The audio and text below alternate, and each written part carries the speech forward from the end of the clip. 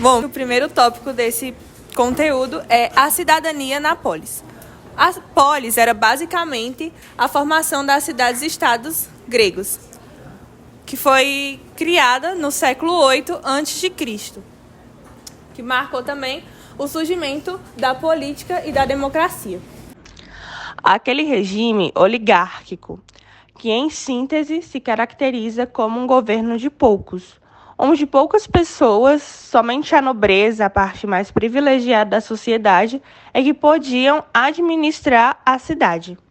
A democracia começou a se consolidar mesmo com esse regime. Era meio difícil, mas eles conseguiram, permitindo que os cidadãos pudessem dar alguma opinião para que influenciasse no destino das cidades. Juntamente disso foi criado a Ágora, que era basicamente uma praça que se juntava bastante pessoas para debater sobre questões políticas, sobre a cidade e afins.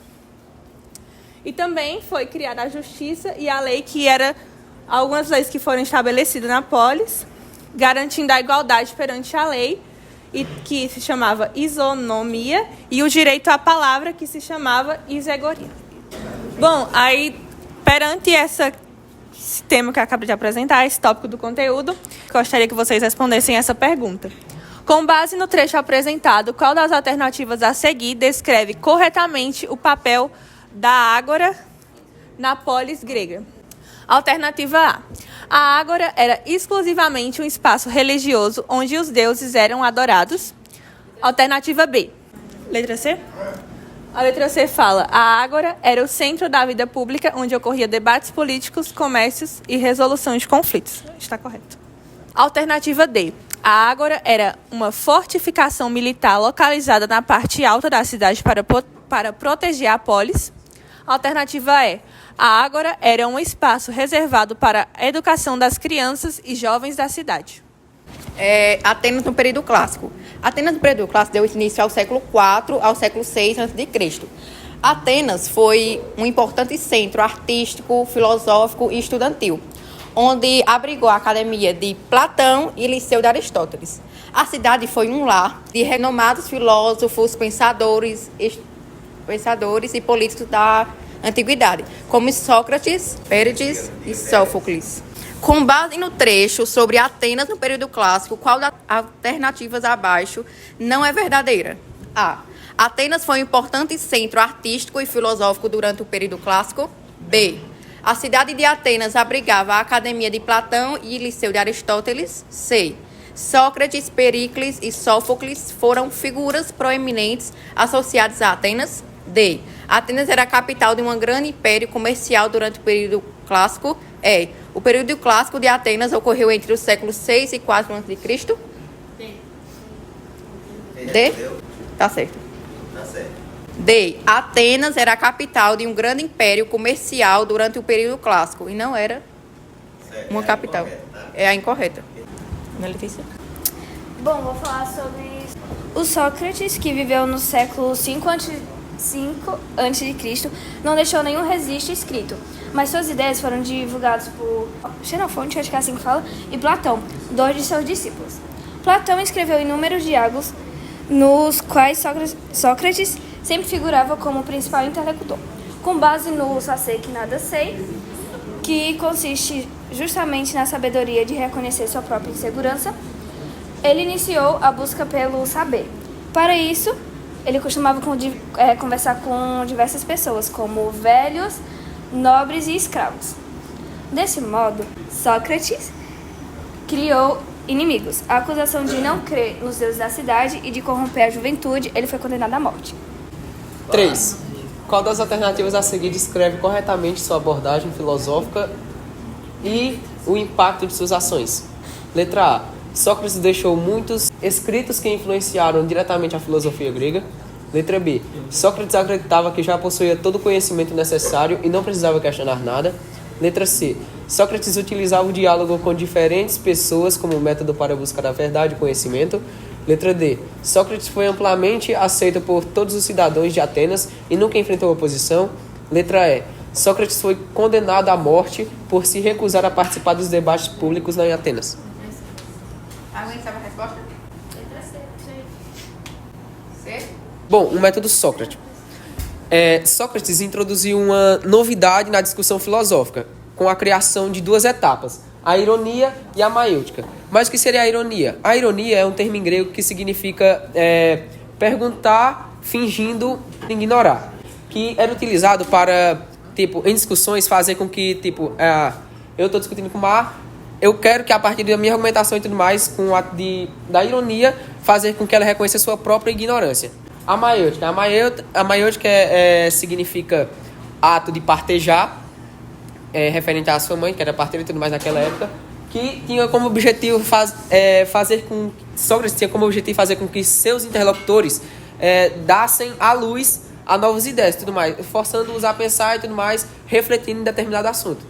Então, o método maiêutico de Sócrates fazia parte das ideias, significando que um conhecimento impregnado, digamos assim, na alma do sujeito. Assim que nasce, quando nasce com ele também nasce o seu potencial cognitivo do conhecimento.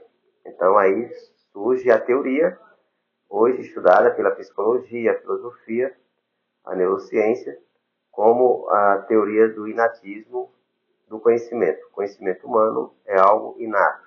Portanto, Sócrates, também Platão, Descartes e geralmente os racionalistas, eles são inatistas, né?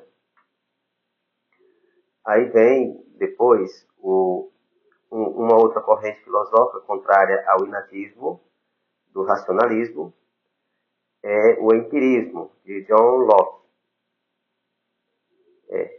John Locke ele vai dizer que o ser humano nasce como uma tábua rasa, ou uma folha de papel em branco. Então é diferente do inatismo. O empirismo vai dizer que quando o sujeito nasce, ele vai aprender dependendo do estímulo que ele recebe, do estímulo cognitivo, afetivo, psíquico, que vai desenvolver suas habilidades, potencialidades, seja para qualquer tipo de conhecimento. Da linguagem, né, línguas, matemático, conhecimento da matemática, enfim, para todas as dimensões do conhecimento humano. Socioemocional, cognitivo, tá? Intelectual e tal. E então, o inatismo, o racionalismo e o empirismo são correntes de pensamento filosófico ligado à epistemologia, que é a ciência que cuida do conhecimento. Como aprendemos? O que aprendemos? O Immanuel Kant, também um outro filósofo, ele vai fazer uma síntese dessas 2 realidades do conhecimento, do inatismo e do empirismo. O Kant vai criar aí uma teoria que é a teoria crítica do conhecimento. Ele vai dizer que nem só o inatismo, nem só o empirismo, mas os 2 contribuem para o conhecimento. Aquilo que também Platão, o mundo sensível e o mundo inteligível, Platão vai fazer com a teoria dos 2 pensadores anterior a ele, que era o Heráclito que acreditava no movimento das coisas, no devir, no vir a ser, naquela teoria do rio, que você não toma banho 2 vezes no mesmo rio, porque nem você é o mesmo, nem a água é a mesma. Tudo muda, tudo flui. A única coisa para Heráclito que não mudava era a própria mudança, porque ela está em constante transformação. A única coisa permanente em Heráclito seria a mudança, né? E contrário a Heráclito é o Parmênides, que vai dizer que é tudo aquilo que muda, o que muda não é o ser, mas é a aparência. O que muda não tem substância, não tem essência. E Platão vai dizer que tanto Heráclito como Parmênides tem razão, porque existem 2 mundos. O mundo da aparência, está em constante transformação, e o mundo da essência, que é perene, permanente, eterno e imutável, né? 4. Qual das alternativas a seguir descreve corretamente as etapas de seu método? Letra A. A ironia consistia em Sócrates afirmar seu conhecimento superior, enquanto a maiêutica era um monólogo onde ele expunha suas ideias. Letra B. A ironia era uma etapa construtiva, enquanto a maiêutica envolvia a recitação de textos antigos para o aprendizado. Letra C. A ironia consistia em Sócrates fingir ignorância para levar seu oponente a reconhecer sua própria ignorância, enquanto a maiêutica envolvia ajudar o interlocutor a dar à luz suas próprias ideias e conhecimentos através de perguntas. D. A ironia e a maiêutica eram etapas opostas, onde Sócrates usava a força para convencer seus interlocutores a aceitarem suas ideias. Letra E. A ironia era usada por Sócrates para humilhar seus oponentes e a maiêutica consistia em impor suas próprias opiniões sobre os outros.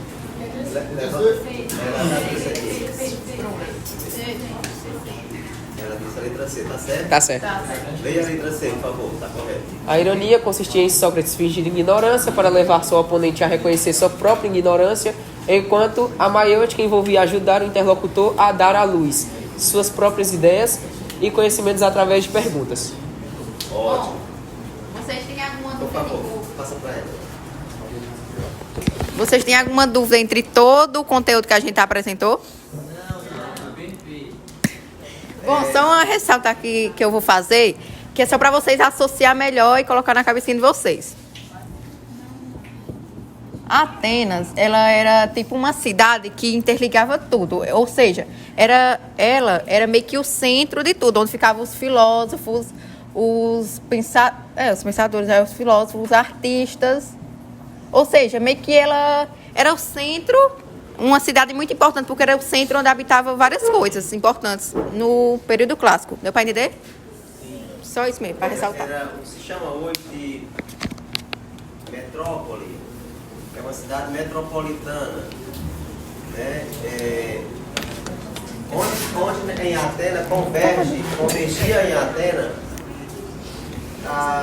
as culturas do mundo. Ei, Mayra, Ela recebia, para lá iam povos de várias culturas que queriam aprender, conhecer o modo deles de fazer, enfim, era uma cidade metropolitana, na época desenvolvida, modelo para outros povos, tá? Tá bom. Eu só queria que vocês me permitissem, eu posso até, se possível, falar com os responsáveis de vocês, para eles autorizar eu publicar esse vídeo, aliás, esse áudio, porque eu quero que ele sirva de referência para outras equipes, para outras turmas e até para mim também. Eu aprendi muito com vocês nessa dinâmica que eu posso aplicar em minhas aulas, dando uma explicação e trazendo uma questão. Isso é muito dinâmico, é muito positivo. Eu digo a vocês que eu estou aprendendo a ser professor. Eu sou aprendiz de professor. E com vocês, assim, a gente está desenvolvendo técnicas de ensinar e aprender. Didáticas, metodologias com vocês. Vocês são nossos mestres. Então, eu posso estar divulgando isso aí no meu canal. Para mim e para quem acessar, está também aprendendo e vendo como a gente pode dar uma aula de filosofia ou de qualquer outra disciplina usando essa didática do conteúdo e uma questão. O conteúdo e uma questão, seja aberta ou fechada. Elas trouxeram questões modelo vestibular, né, modelo Enem, que eu achei muito importante. Aí tem a última questão, que é do Enem. Ah, ótimo.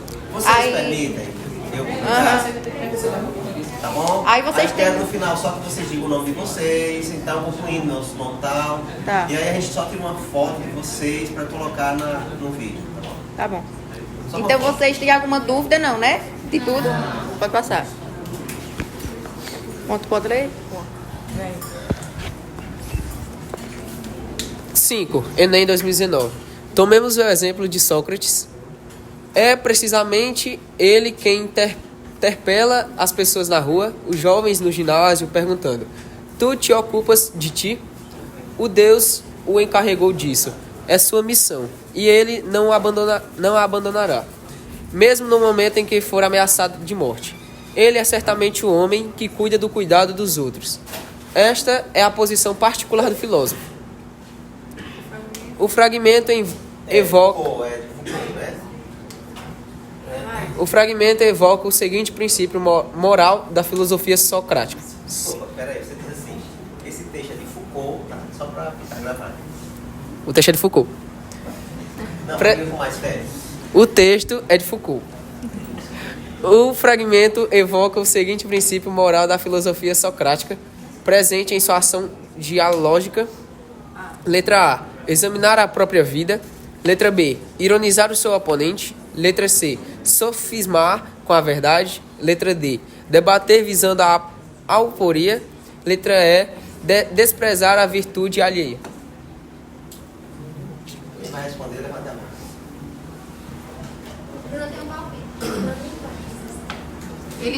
A pergunta está voltada mais para esse trechinho aqui, entre aspas, tá? Faça a pergunta novamente, vocês. É tipo assim. O fragmento, que é tu te ocupas de ti, evoca o seguinte princípio moral da filosofia socrática, presente em sua ação dialógica. Examinar a própria vida, ironizar o seu oponente, sofismar com a verdade, debater visando a aporia ou desprezar a virtude alheia. Ah? Certo. É examinar a própria vida. É examinar a própria vida. Tem até uma outra frase que remete a essa letra A de Sócrates. Vocês lembram qual é? Examinar a própria vida. Ele tem uma frase célebre que Sócrates diz. Qual é a frase? Conta para quem disser.